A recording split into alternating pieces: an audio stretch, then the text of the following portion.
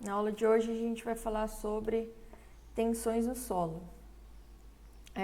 Bom, na aula passada a gente já viu, né, que quando a gente coloca uma tensão, né, uma carga sobre o solo, essa tensão ela é espraiada, né? Então tem um espraiamento das tensões, elas se alargam, né? Então, digamos simplificadamente, né, a gente teria essa situação. Então 2L, né, que seria o meu carregamento distribuído aqui sobre o solo, tem um espraiamento de tensões de aproximadamente 30 graus, né?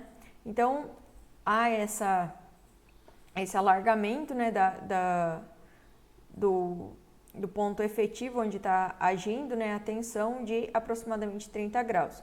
Então, no final, digamos, se eu analisar uma certa profundidade Z, o que eu vou ter, né? Eu vou ter a largura, né, desse carregamento igual a quanto? Se eu fizer aqui tangente de 30, eu vou ter esse comprimento aqui, né? Então, tangente de 30 vezes a minha profundidade, eu tenho isso aqui. Beleza, então eu vou ter Z tangente de 30 graus nesse ponto, mais Z tangente de 30 graus nesse ponto. E a parte de baixo que ela vai continuar agindo sobre o solo, então parte de 2Ls. Então no final, a minha tensão vertical, de acordo com a profundidade, como que ela seria representada, né?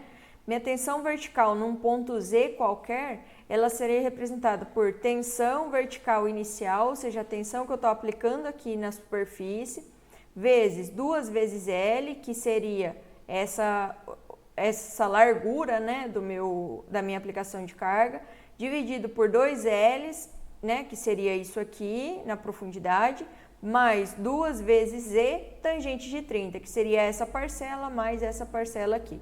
Então, seria isso a minha tensão, né, a um ponto Z qualquer, na profundidade Z. Beleza, só que para que isso seja real, né, para que isso seja válido, a gente consegue estimar considerando que a teoria da elasticidade seja válida para os solos, né? Então, o que seria a teoria da elasticidade? A relação tensão e deformação é dada pela lei de Hooke, né? Então, o comportamento do material é linear, elástico, homogêneo e isótropo.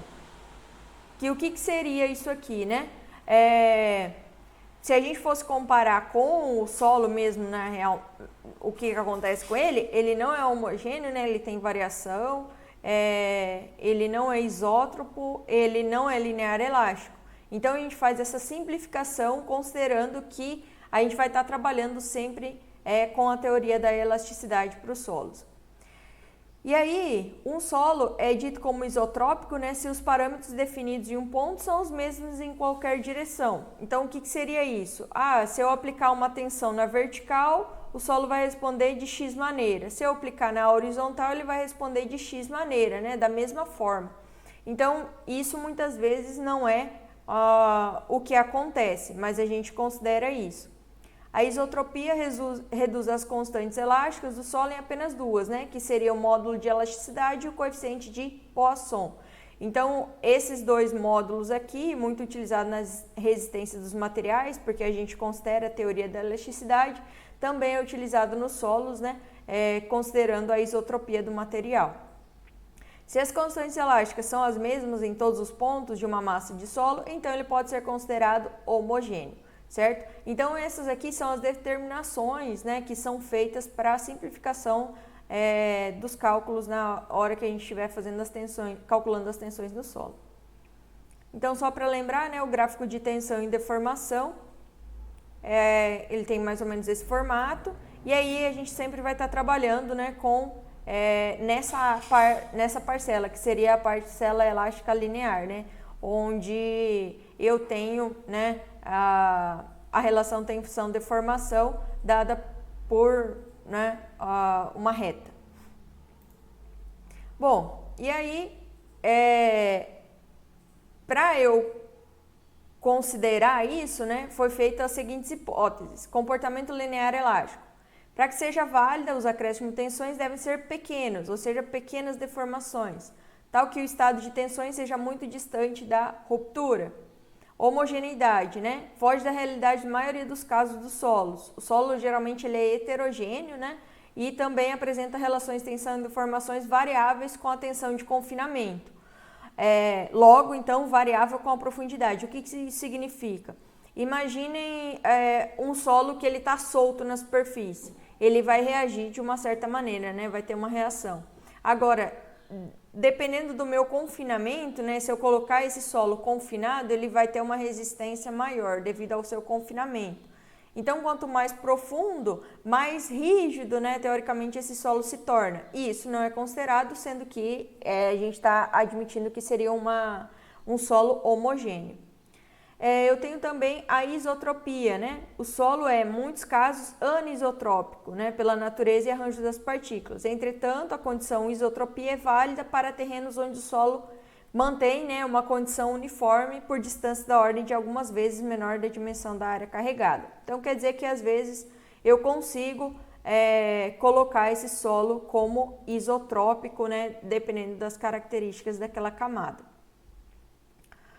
Como a gente ainda não tem alternativa melhor para analisar o comportamento dessas obras de terra, né?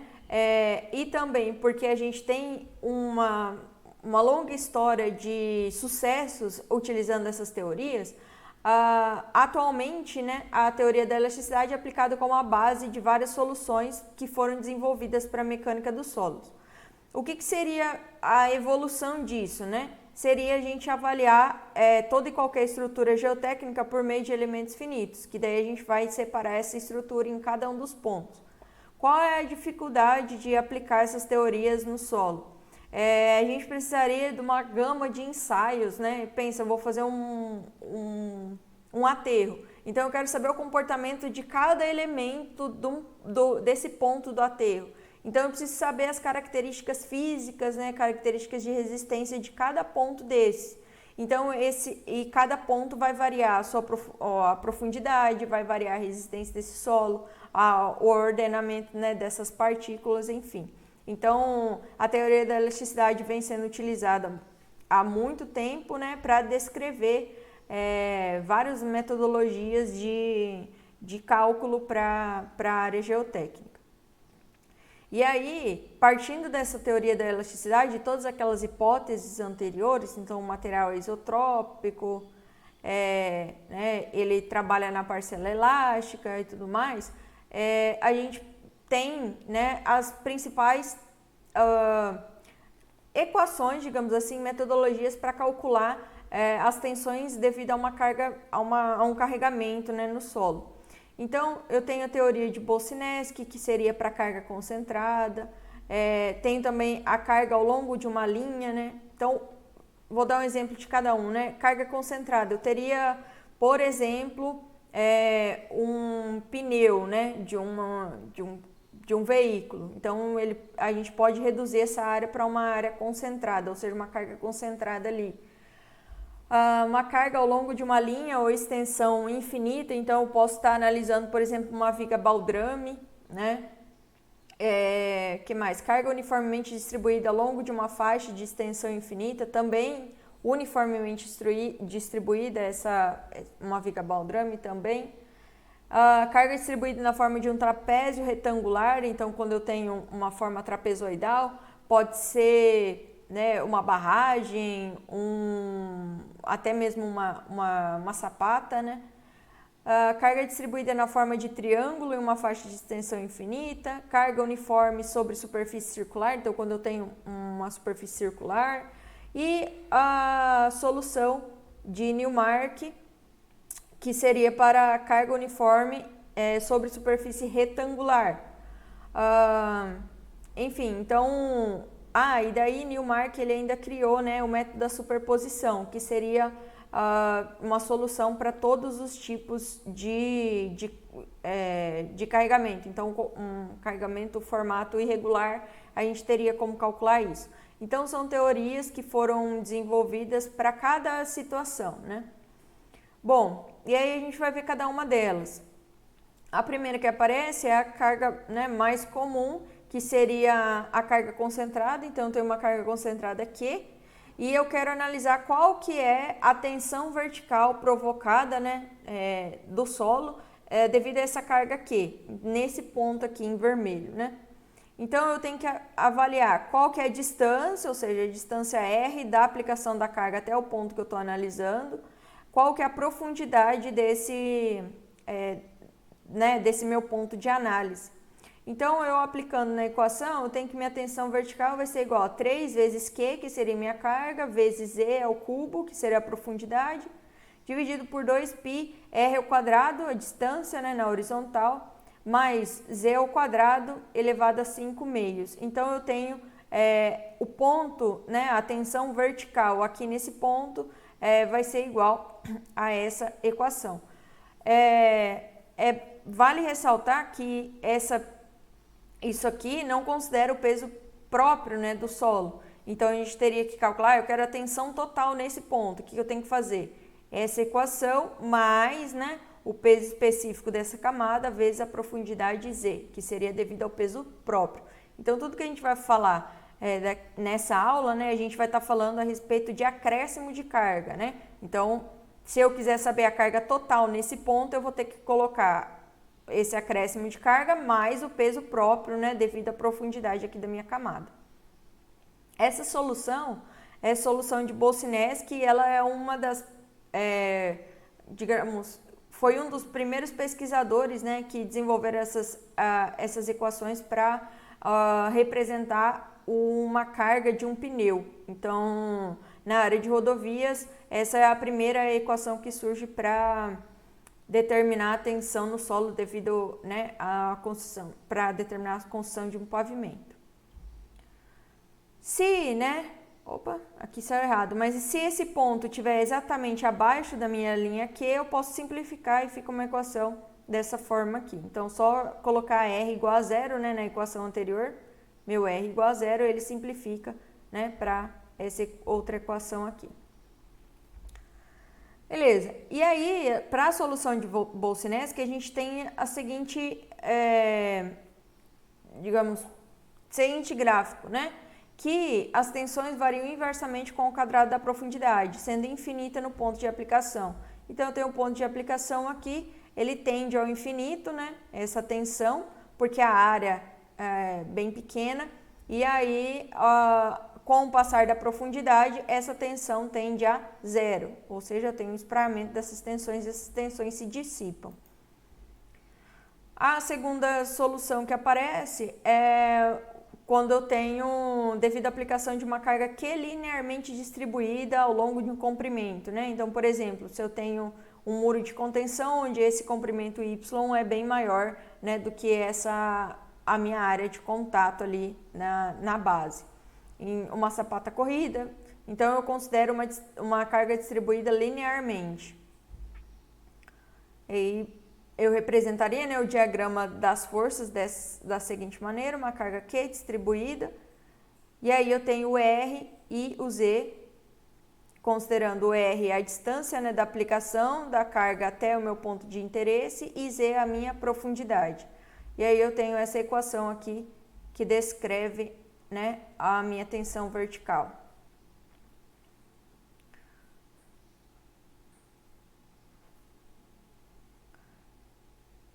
Nesse caso aqui, quando eu tenho uma carga distribuída em placa, né, então eu tenho uma placa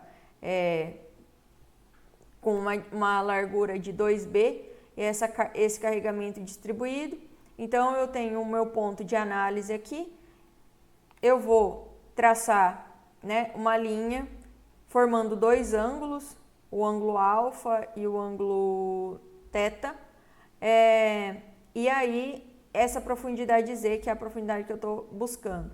Então, eu tenho uma relação entre a carga distribuída aplicada, né, e esses dois ângulos aqui para calcular qual que é a minha tensão vertical nesse ponto. Uma outra situação é quando eu tenho um carregamento triangular, né? Então, para o carregamento triangular, eu vou ter a mesma, né, formulação com dois ângulos, então um ângulo formado, né, com o início do meu carregamento triangular até o final, ligando, né, no ponto de interesse, e aqui o ângulo formando com a vertical. Eu tenho o carregamento que é igual a 2B e aqui o meu R é do início da aplicação da minha carga até o ponto de interesse. Então, eu tenho essa equação aqui para calcular nessa situação, né, quando eu tenho um carregamento distribuído triangular. Beleza. E aí, Newmark, né, integrou a solução de Boltzmann e aí ele fez uma... Deixa eu voltar aqui. Desenvolveu uma metodologia para cálculo de superfícies horizontalmente, né, distribuídas sobre uma placa retangular, por exemplo. Então, eu posso, aqui vamos supor que seria um radier de uma edificação, né? Então, eu posso descobrir as tensões em cada um dos 4 pontos, né, que está piscando aqui, através da solução de Newmark. Então, como que funciona essa solução de Newmark? Eu tenho a minha placa aqui de largura B e A e eu quero saber a tensão exatamente no vértice no ponto Z, certo? Então, aqui no ponto Z, embaixo, né, do vértice ou de qualquer um dos vértices, eu tenho como determinar. Beleza. Então, minha tensão inicial nada mais é, né, do que a força Q aplicada e distribuída nessa área, que a área é A vezes B. Beleza. E aí, Newmark, ele né, determinou 2 parâmetros, chamado parâmetro M e parâmetro N. O que seria o M e o N, né? Nada mais é do que um lado do retângulo dividido pela profundidade, o M, e o N é o outro lado, né, dividido pela profundidade.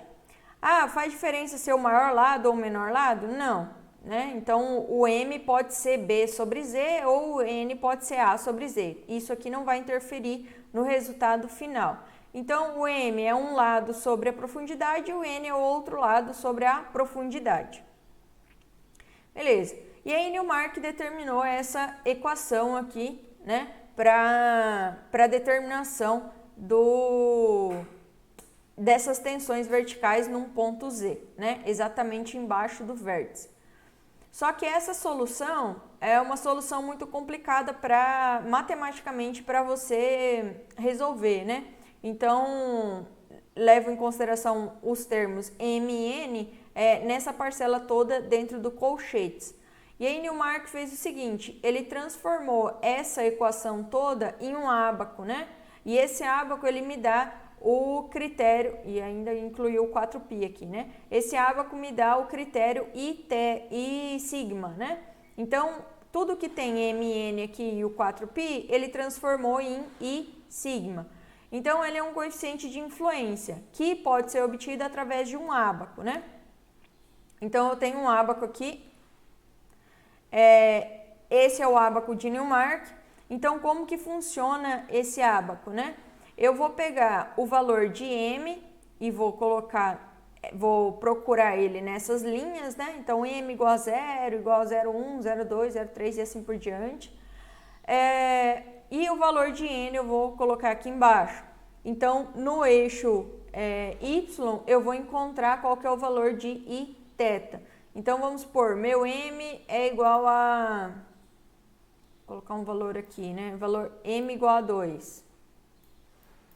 Igual a 2. E N igual a 1,5. Vamos supor. Nossa. Então, N 1,5. 1,5 vai estar mais ou menos aqui, mais ou menos. Vamos estipular isso. Beleza, N aqui e M igual a 2. Então, vai ser essa linha vermelha aqui. Então, vai estar aproximadamente nesse ponto. Se eu puxar para cá, vai ser um I, né, um valor de influência de 0,22, mais ou menos, né? 0,22. Beleza. Então, o que eu faço? Eu pego esse 0,22, multiplico, né, pelo meu meu sigma inicial, que seria a minha tensão de carregamento, vamos supor que seja 10 MPa. Então, 10 vezes 0,22 vai ser minha tensão vertical no ponto Z. Então, o ábaco de Newmark, ele serve para esse tipo de solução.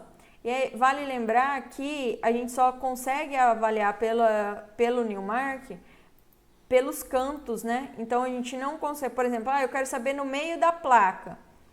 Eu tenho como calcular pela solução de Newmark? Tem, mas eu preciso jogar no ábaco apenas os pontos do canto da placa, né?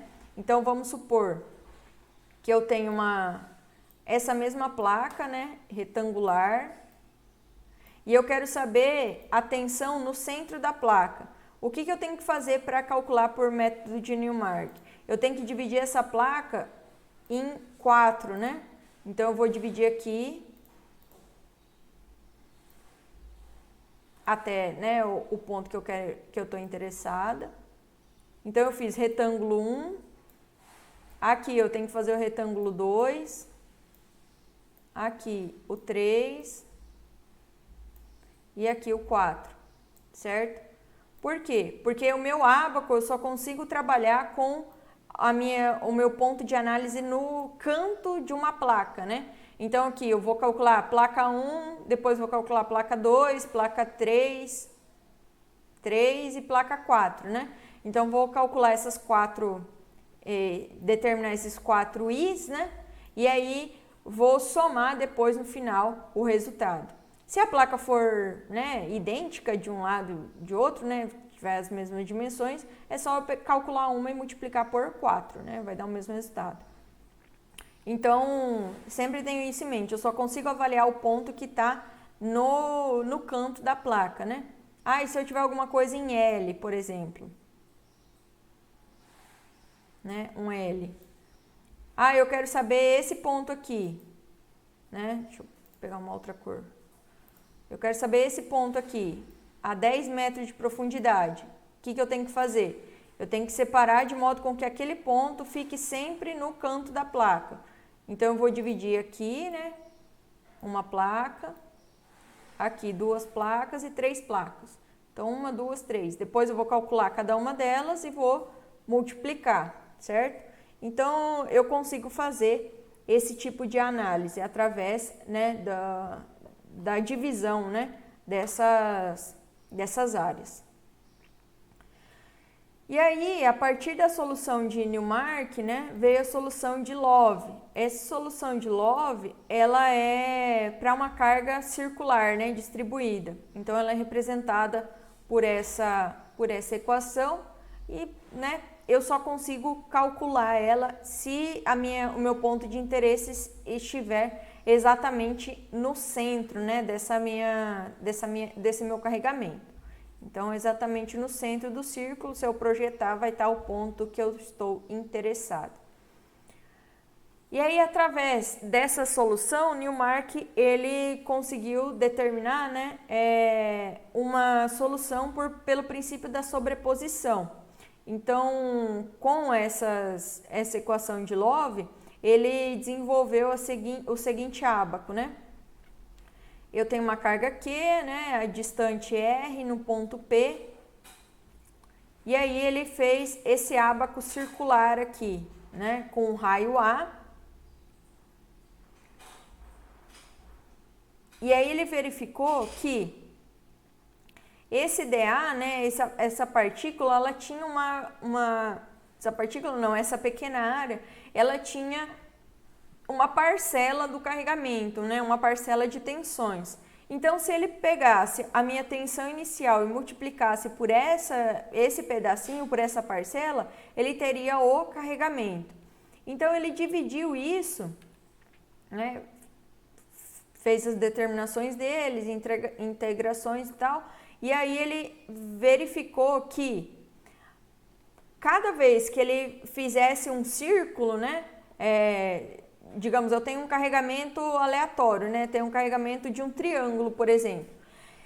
E nesse carregamento do triângulo, ele contempla, digamos, 10 quadrados desses aqui, né, que se aproxima de um quadrado, ou 10 trapézios, né? Melhor dizendo. E cada trapézio desse representa uma porcentagem, digamos assim, do carregamento inicial. Que é isso aqui que está dizendo, né? Então, minha linha de influência 1, ou seja, meu círculo 1, ele representa 0,1, né?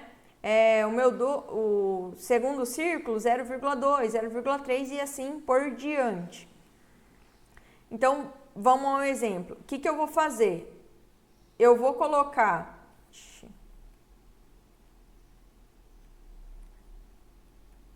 Deixa eu voltar aqui.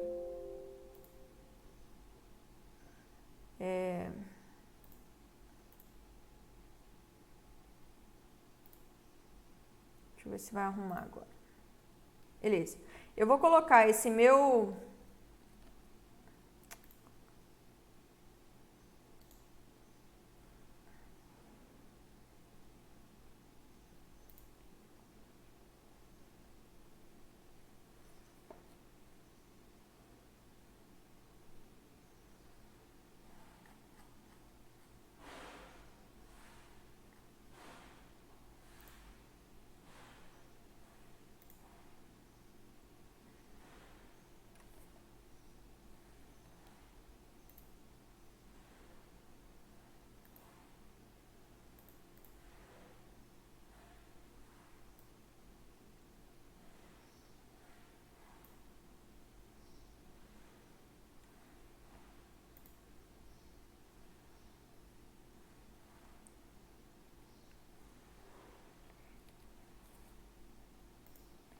Beleza, eu vou colocar esse meu ábaco, né, o ábaco circular, sobre a minha área que eu quero analisar. Então, digamos que minha construção tem essa linha aqui, tem esse formato triangular, né?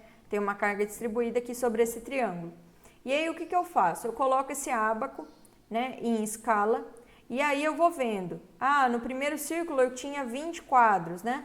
No segundo círculo eu tinha 20 quadros, né? Preenchi ele todo. No terceiro, 20 também. No quarto, 20 também. No quinto, eu tinha 20 quadros. Então, eu tenho 100 quadros, né, preenchidos totalmente.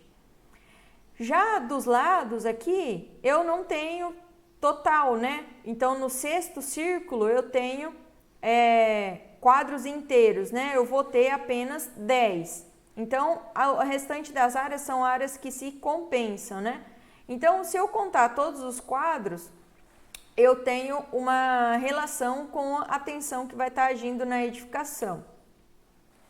Então, as áreas que se compensam seriam essas aqui, ou seja, eu não tenho um trapézio inteiro, né? Então, não tenho os quadros inteiros, mas eles se compensam. Por exemplo, essa pontinha aqui se encaixa aqui e assim por diante.